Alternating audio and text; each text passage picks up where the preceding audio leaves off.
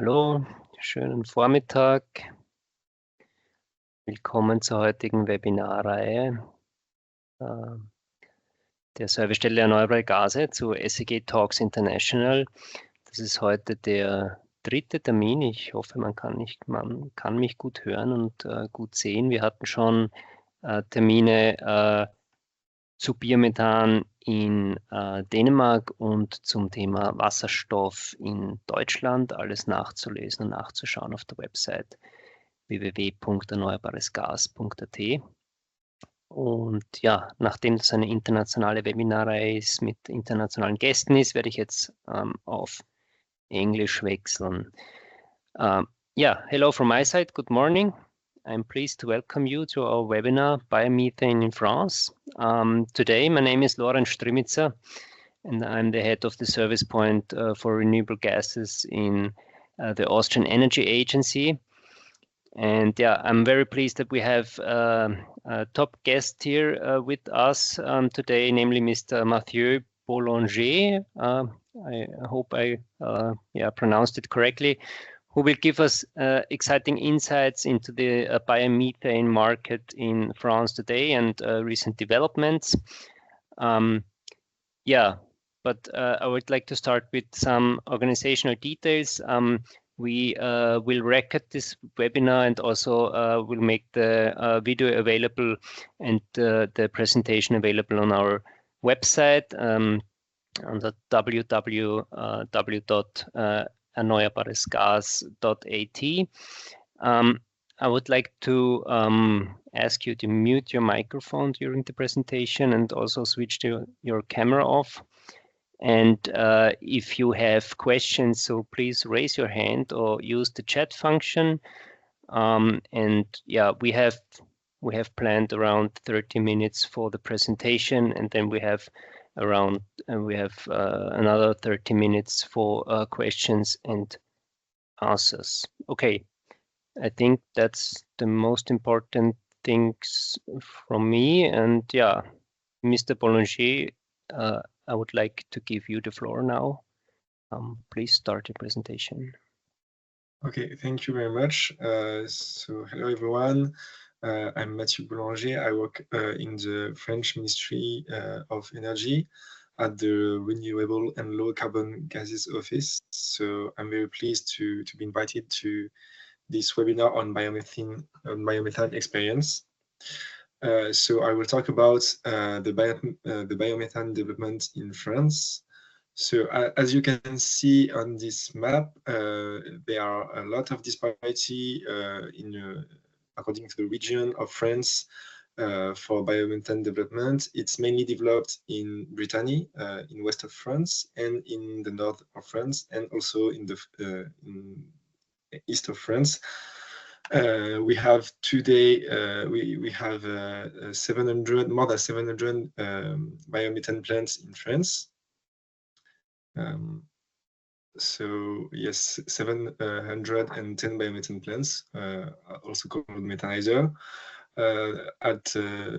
on September 30th, which represents a cumulative connected capacity of 13 terawatt-hour. And the production last year was of 9 terawatt-hour, and expected production is this year of 11 terawatt-hour. So it's not that big, because in France consumption of natural gas is around 400 terawatt-hour. But we launched biomethane not so long ago, a decade ago, in fact. So the production increases exponentially. So we expect it to reach 44 terawatt-hour in 2030. At least it's what we have written in the next multi-annual energy planning. We set higher objectives in the next multi-annual energy planning than in the previous one, because we have already reached our objectives for 2023. We also develop 8 schemes for methanizers that produce electricity. from biogas, but now in our policies, priority is given to injection into gas grids in order to decarbonize gas consumption, mainly because we have many means to decarbonize electricity. So in France, we have a lot of nuclear energy, but also we develop renewable energy with wind energy, solar energy, and a bit of electricity from biogas. But to decarbonize our gas consumptions, we develop only biomethane is mature enough yet to decarbonize gas consumption, but we also develop hydrogen in order to reach our targets from the Paris agreements.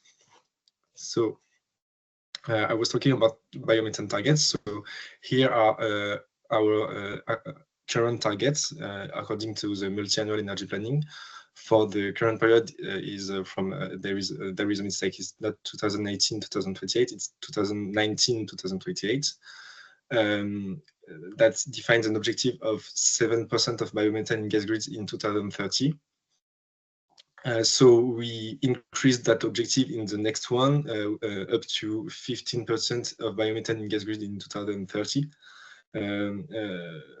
Mainly because biomethane production increases, but also because gas consumption decreases.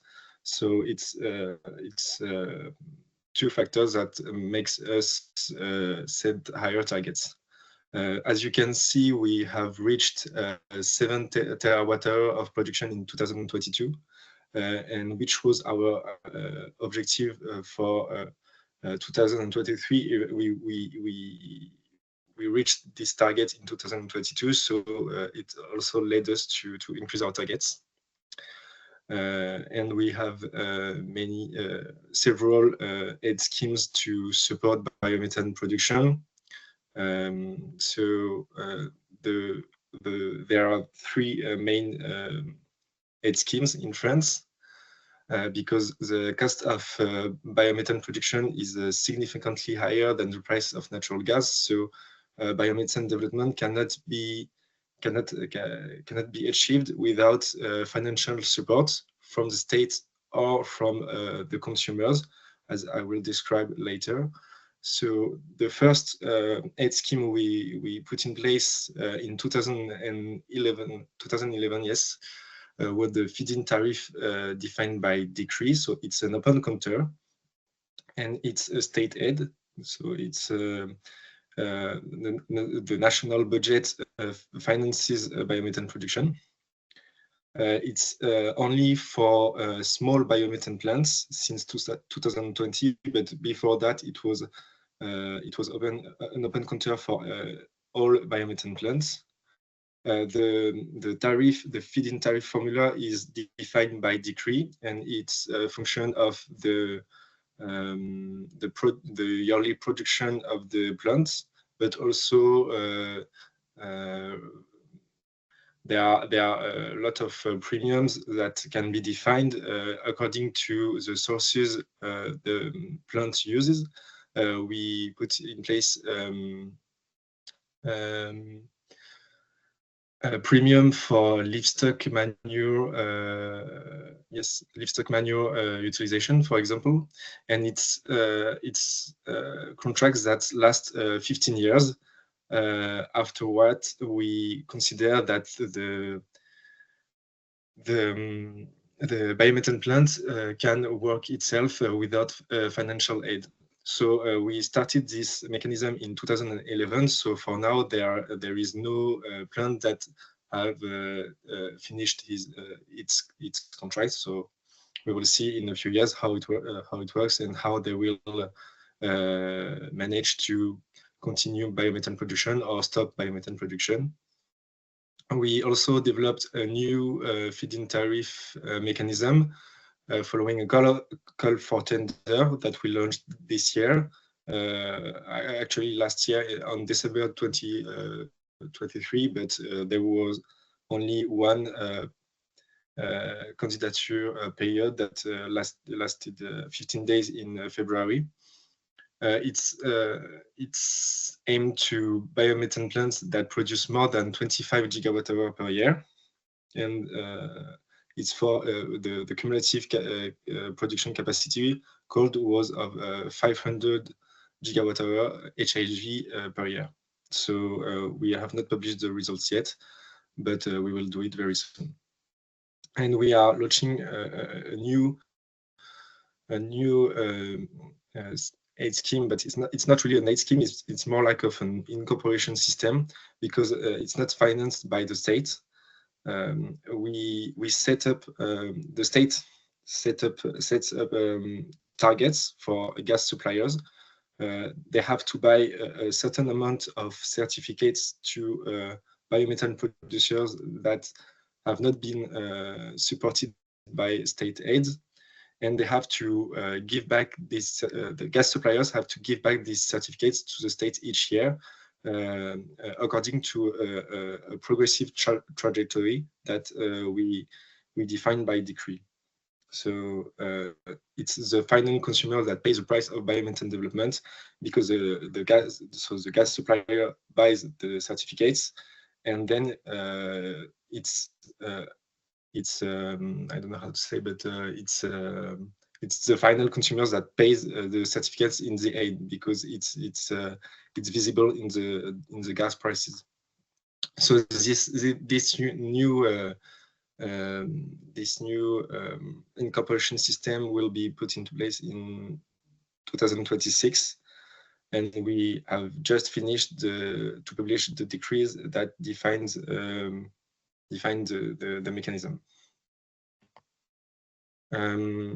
So we have a few data to identify the substrates and the sources that are used for biomethane production. So as you can see, in agricultural plants, it's mainly intermediate crops and livestock manure that are used, and also cereals and vegetables. Whereas in industrial plants, it's mostly livestock manure, industrial waste, and sludge, or also water treatment.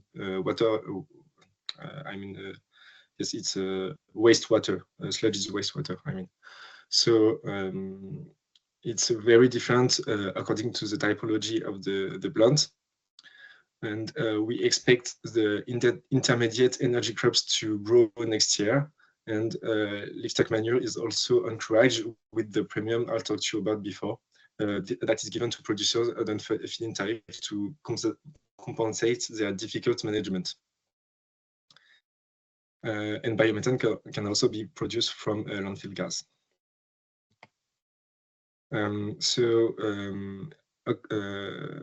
The Renewable Energy Directive sets up criteria for sustainability and reduction of greenhouse gases emissions. So there is a specific requirement in France that we added to these criteria that are defined in the RED II directive. And this criteria is that a producer cannot benefit from the feed-in tariff if he uses more than 15% of main crops in input of biomethane plants. So in the previous slide, you can see that main crops are up to 1% in agricultural plants, and we do not want this to grow, because we do not want to create competition between agricultural exploitation, farm exploitation, farm business, and biomethane production. So we put this criteria besides sustainability and reduction of GHG emissions.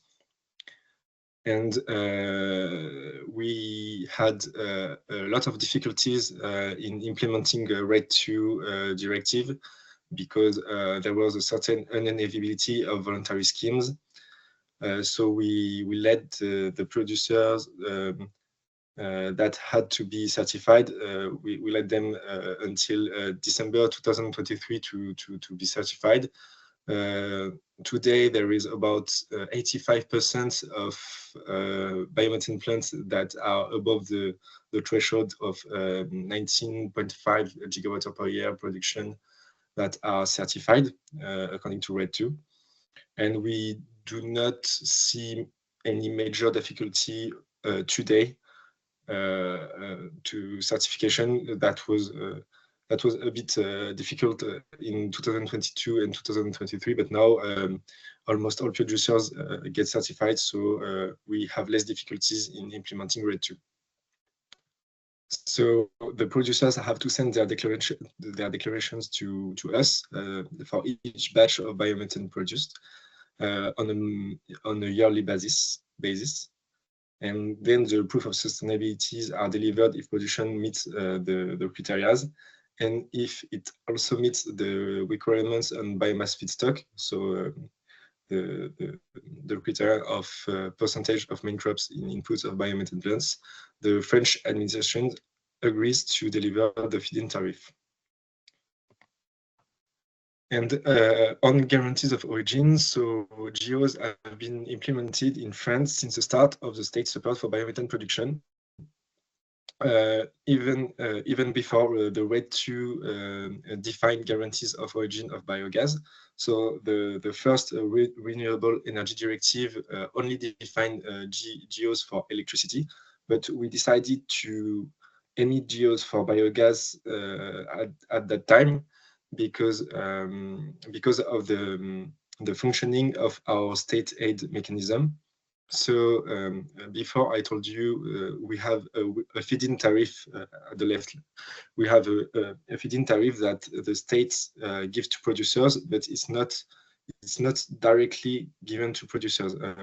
Producers sign contracts with gas suppliers, and then the gas suppliers gives the tariff to the producers, but the gas suppliers are compensated. We give the feed-in tariff to gas suppliers, so it's not directly given to the producers. In order to incite, in order to gas suppliers to contractualize with producers, we gave them the property of GOs, so they had a benefit in this business. So it's why for contracts signed before 2030, gas suppliers who sign biomethane purchase contracts can ask for GOs emission to the issuing body on their accounts. They still have to refund the state up to 75% of the value they benefit from the GO.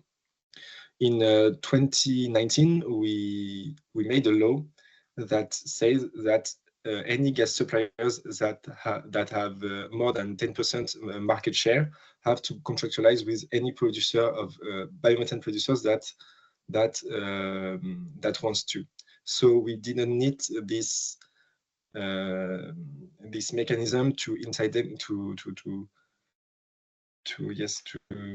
make them contractualize with producers. So we took back the property of the GO on new contracts. So now GOs belong to the state, and we are setting up auctions to sell these GOs on, and it's actually the issuing body that put them to auction on behalf of the state.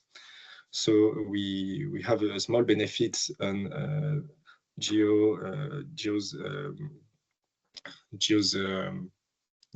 business thanks to the auctions. But it's not up to the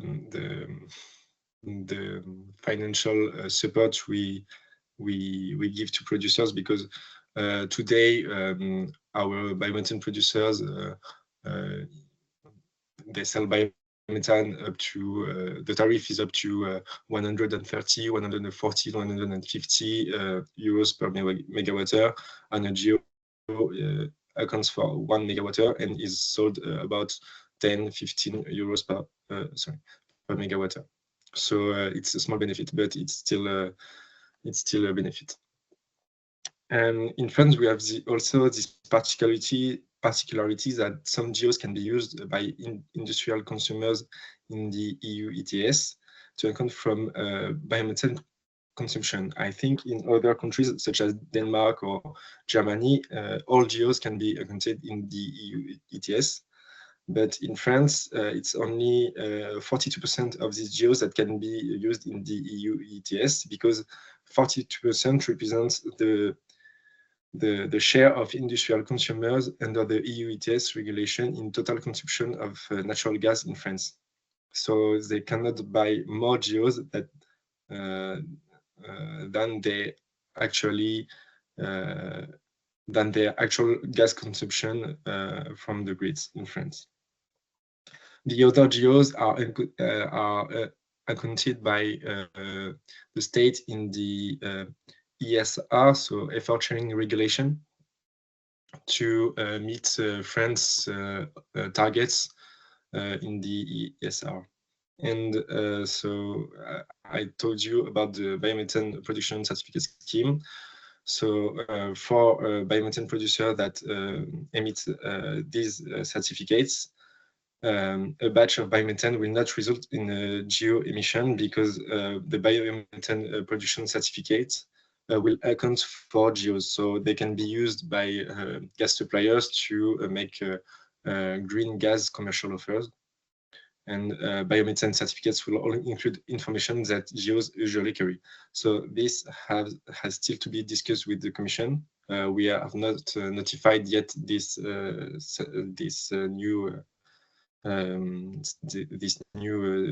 scheme, but this is how we plan to do on this biomethane production certificate scheme. So that's it for my presentation, and I will be happy to answer any question.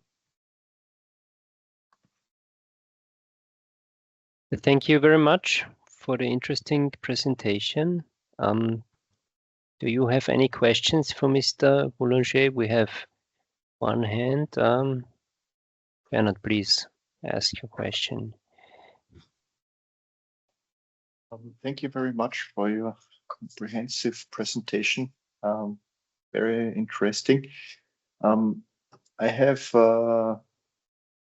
actually two questions. My first question is how you mentioned that you have your tariffs in France, and with the increase of with the decrease of the fossil gas prices, the price difference got bigger, and so your feed-in tariffs also raised. So this tells me that that the height of your feed-in tariffs, they are a kind of premium market premium. So you take the difference between the fossil gas price and the price of the biomethane, and the difference is the feed-in tariff.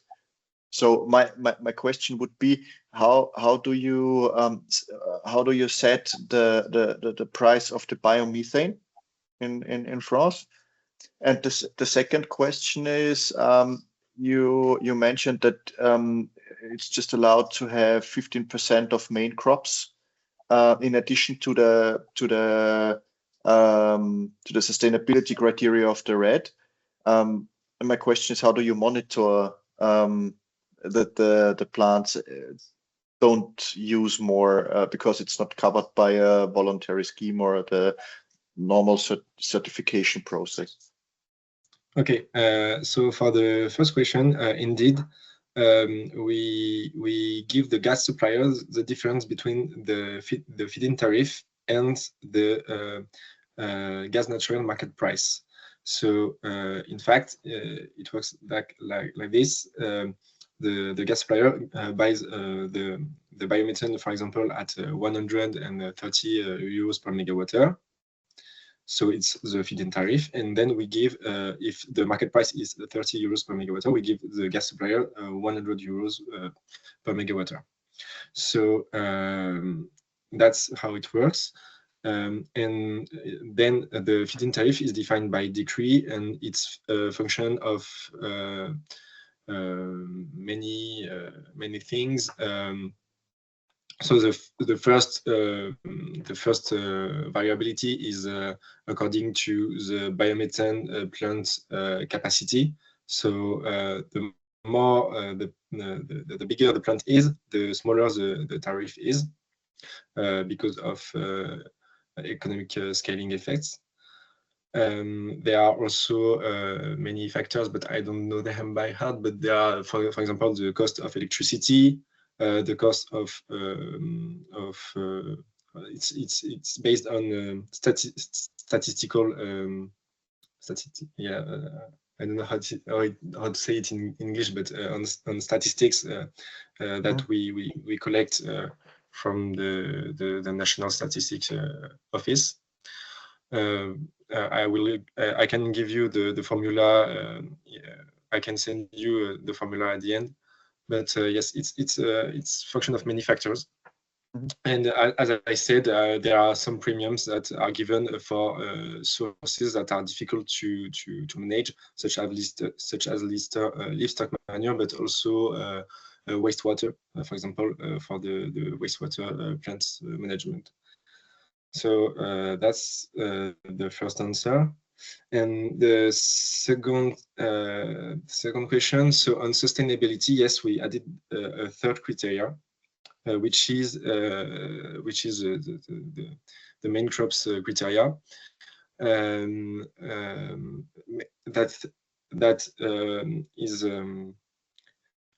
is for every plant, not only plants that are submitted to sustainability criteria. I don't know if you know it, but there are only some plants that are submitted to these criteria. In the RED II directive, it is said that only biomethane plants over 19.5 gigawatts per year have to meet these requirements. But so we monitor, thanks to the voluntary schemes, the sustainability and reduction of GHG emissions on these plants that have to meet these requirements, and we asked them to also monitor the main crops criteria. So we have some difficulties with some voluntary schemes, such as 2BS, that does not always check the main crop criteria, but in theory, they are supposed to do so. And we have no real mean to monitor these criteria on the other plants that are not forced to meet sustainability and reduction of GHG emissions criteria. We only have declarative data. So it's a main difficulty for us today to find a mean to really monitor this criteria, because in theory producers are not supposed to benefit from the feed-in tariff if they use more than 15% of main crops. But it's theoretical. Thank you very much for your answer. Are there any further questions? Please raise your hand.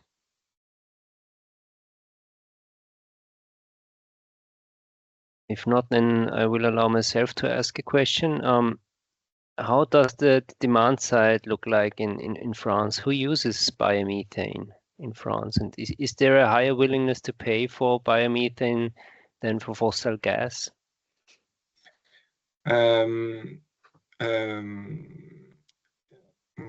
We do not have demand side actions in France. We finance the biomethane production, and when the biomethane is injected into gas grids, it's not differentiable from the natural gas, the fossil gas.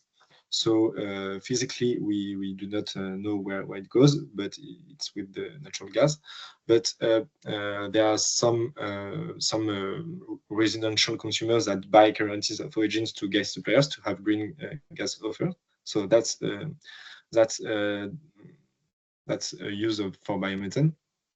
But as I said before, guarantees of origin are really cheap compared to the real price of biomethane. So it does not mean that there is a real willingness to pay for biomethane price in France. If we stop financing biomethane with the feed-in tariff and only with we finance it only with the biomethane certificates system, I think the demand for gas consumption will decrease a lot, and people will tend to use more electricity, for example, for heat, etc., than gas consumption.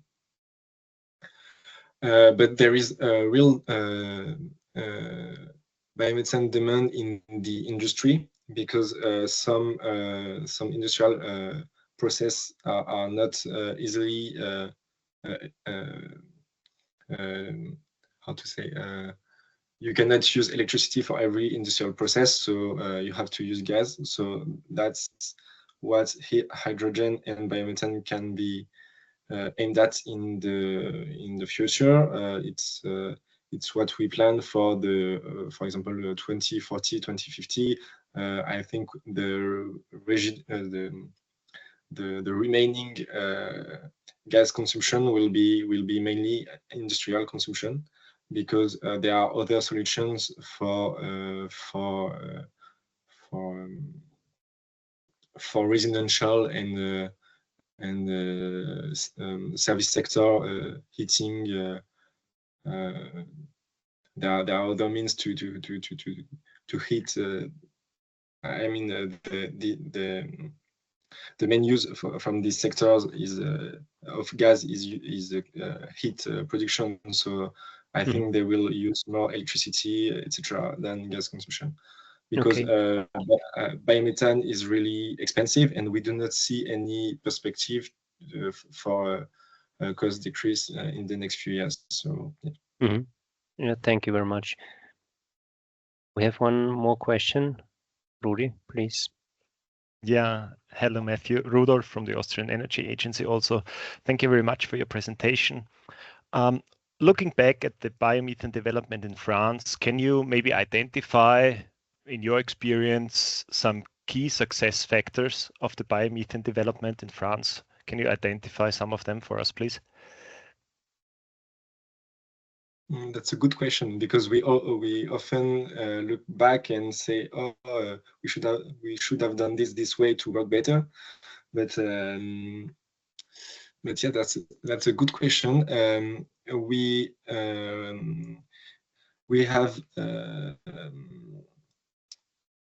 had adapted the feed-in tariff to the French context. The French agricultural context. We have a lot of agriculture in France, and we set up an open counter because we know that if we did only call for tenders, this would not have worked, because it's more difficult for a small farmer that wants to launch a biomethane business. It's a lot more difficult to answer to a call for tender. So we made an open counter.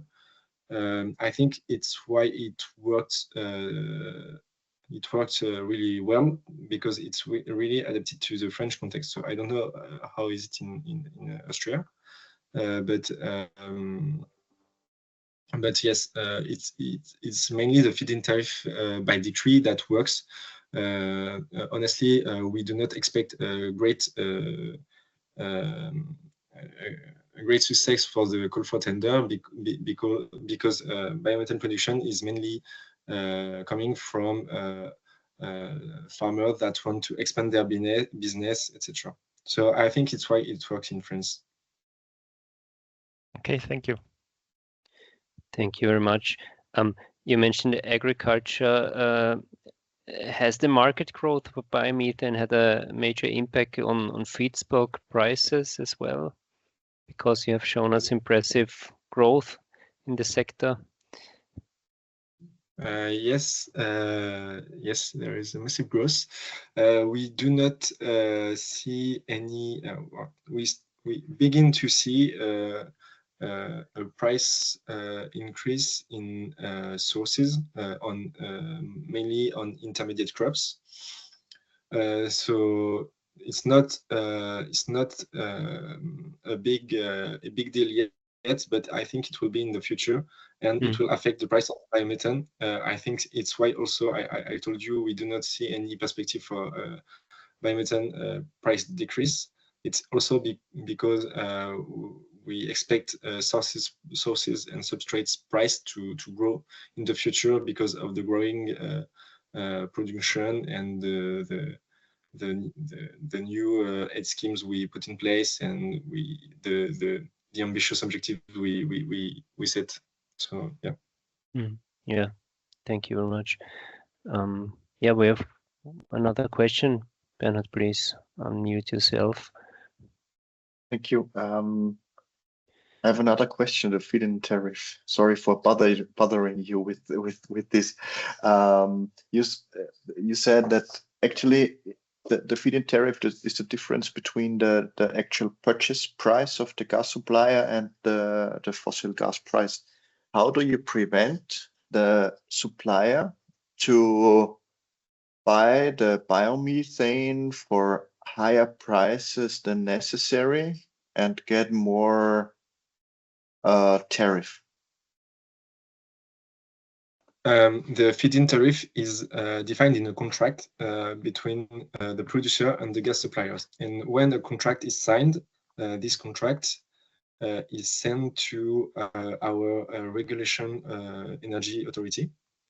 And the regulation authority checks if the tariff matches with the formula we put in place. So the gas supplier will always give the producer the feed-in tariff that is in the contract. He has to, and he will not be compensated for more than the difference between this feed-in tariff and the observed natural gas market price. I don't know if I I see. So with this formula, you basically calculate the price of the biomethane, and the supplier always gets the difference between this contracted tariff and the floating fossil gas price. Yes, and it's defined by the regulation energy authority. So the gas supplier cannot make benefit out of it. So. And is this formula adapted on a regular basis? Because I guess the parameters change over time. Yes, exactly. So there are two coefficients, the coefficients K and the coefficients L. The K coefficients is defined according to the signature, the date of the contract signature, and the L coefficient is refreshed every 6 months, and it's for example, it follows inflation. It follows many parameters, and so the feed-in tariff is revised every 6 months. Very, very interesting. It would be really helpful if you could give us some more some more information about this tariff calculations afterwards. Okay. Thank you. Okay, no worries. I will send the details. Perfect. Thank you. Are there any further questions? So take the opportunity and ask a question now.